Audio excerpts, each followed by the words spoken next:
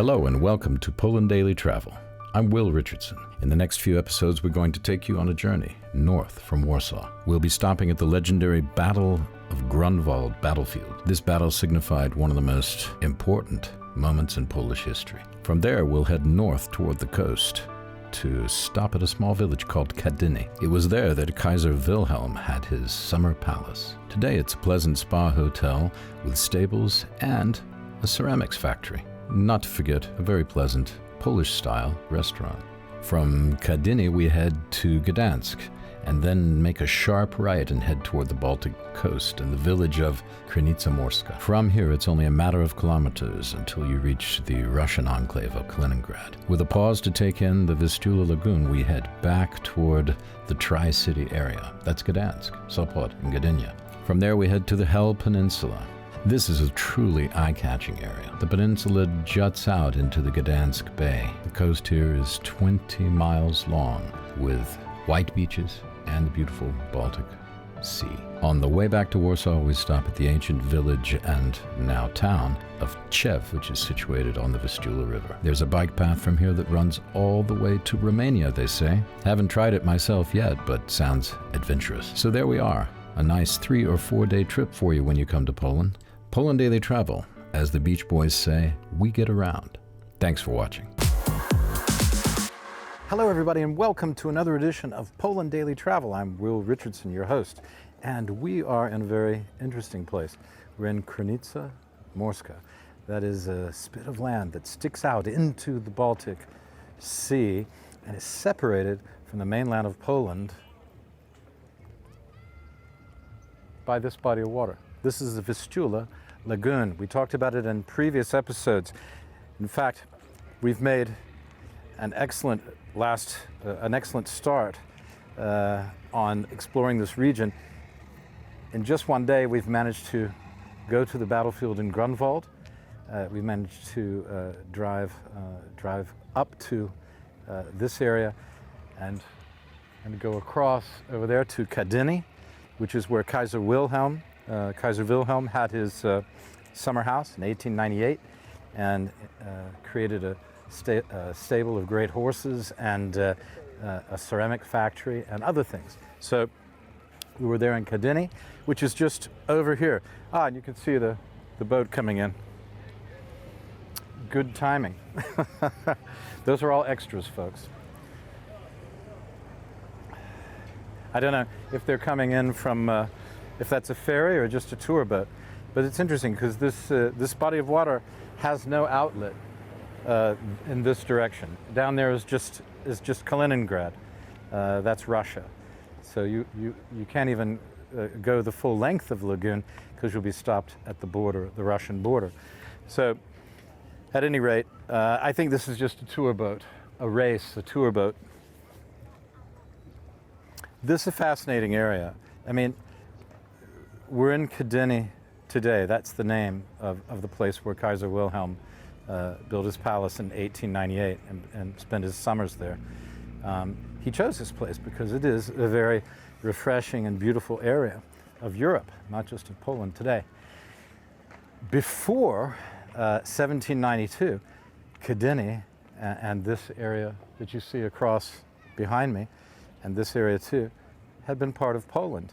But it was taken by the Prussians in the partitions of 1792-93.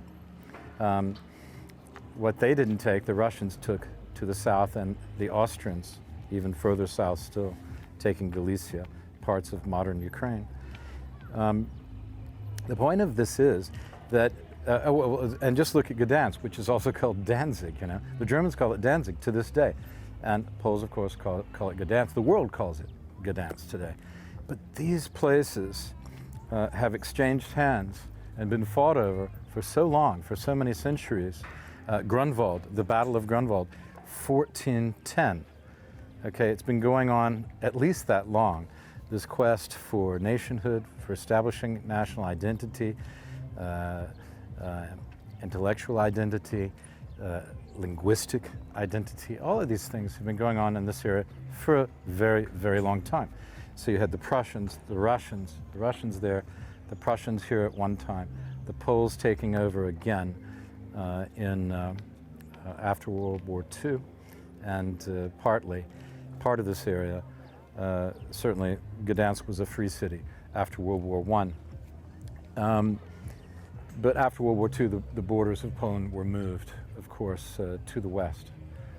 So they ceded eastern territories to Ukraine, Belarus, etc., and Lithuania. And they gained a lot of German territory, including the area formerly known as East Prussia. It's all in Poland now. It's an area, the point is it's an area rich in history, not to mention the Viking incursions, the Scandinavian incursions, the Swedish, particularly Swedish invasions from the north into the area of Poland, all the way almost to Krakow.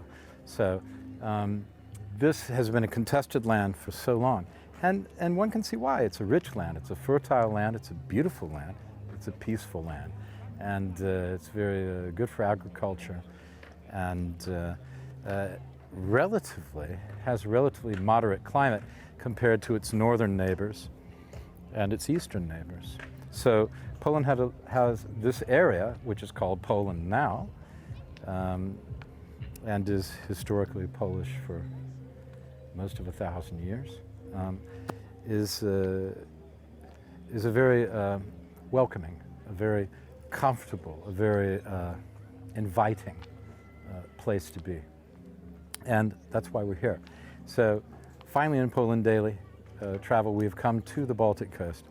The last episode you actually saw the Baltic, and tomorrow you will see more, because we will be exploring regions to the west of where we are now, in Krynica Morska, a bustling tourist village in the summer. We have 1,500 residents permanently, but right now there are several thousand here. Okay, even during a time of the epidemic that's been going on now for several months, people are out. They're keeping reasonable distance from each other. These beaches are not crowded so far, not what we've seen so far on this beach, not crowded as in Bournemouth or some places in England. But we'll see. Perhaps tomorrow something else will be revealed to us, or in the next episode, rather, that you will see. All right, so here we are. The Vistula Lagoon, the Baltic is over there, Russia is over there, Gdansk is that direction, and that's where we're going now, and that's where we'll be spending the night, in the beautiful city of Gdansk. So, until the next episode, I'm Will Richardson. Thank you for watching on behalf of myself and our team and our producers. Why do we do it? Well, you know why we do it. We do it for you.